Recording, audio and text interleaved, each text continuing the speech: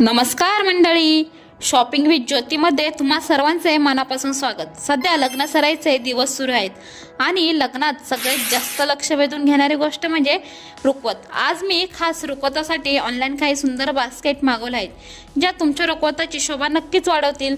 चला तर मग बघूया कशा आहेत या बास्केट।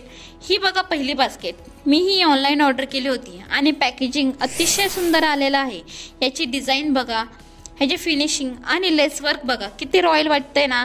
यात तुम्ही फळं, ड्रायफ्रुट्स किंवा साड्यांचे वेळे अगदी सहज ठेवू शकता।